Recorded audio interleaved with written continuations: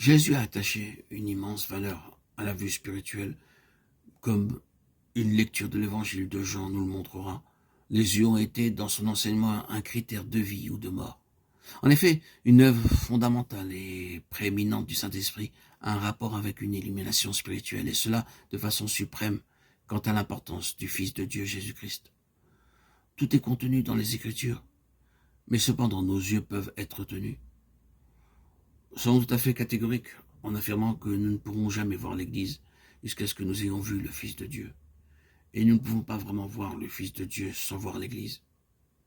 C'est bien de ceci qu'il s'agit dans l'incident qui se produisit à Césarée de Philippe, Matthieu 16, 16, 18. Oubliez tout votre débat à savoir si Pierre est le roc sur lequel l'Église est bâtie, et trouvez la véritable clé quant à ce que Jésus a dit. Ce ne sont pas la chair et le sang qui t'ont révélé cela, mais c'est mon Père qui est dans les cieux. Mon Père dans les cieux a révélé cela. A révélé quoi? Tu es le Christ, le Fils du Dieu vivant. Puis quoi? Sur ce roc je bâtirai mon Église, et les portes du séjour des morts ne prévaudront point contre elle. Est-ce que quelque chose bâti sur Pierre, même Pierre converti, peut résister à la puissance de l'enfer ou de la mort? C'est ce que Jésus-Christ est, la personne révélée du ciel, qui est fondamentale pour l'Église, et personne ne peut poser un autre fondement. 1 Corinthiens 3, 11. L'épître aux Éphésiens est formidablement contemporaine, c'est-à-dire actuelle.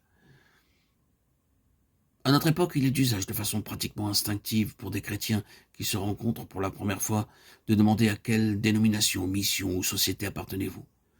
Une question de ce genre est presque inévitable. L'Église est désignée par un titre national, doctrinal, avec comme qualificatif une couleur de peau, une appartenance à un État, le fait d'être libre, d'être doté d'un nom propre, tel que le calvinisme ménonite, et que sais-je, pentecôtiste, et encore d'autres dénominations.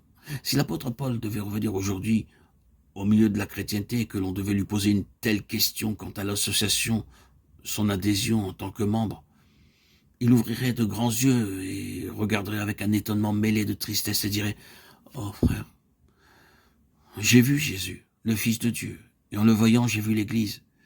Et dans cette unique Église véritable, il n'y a pas cet embrouillement de nationalité, de couleur, de peau, de nom, de différence et de distinction sociale ou culturelle.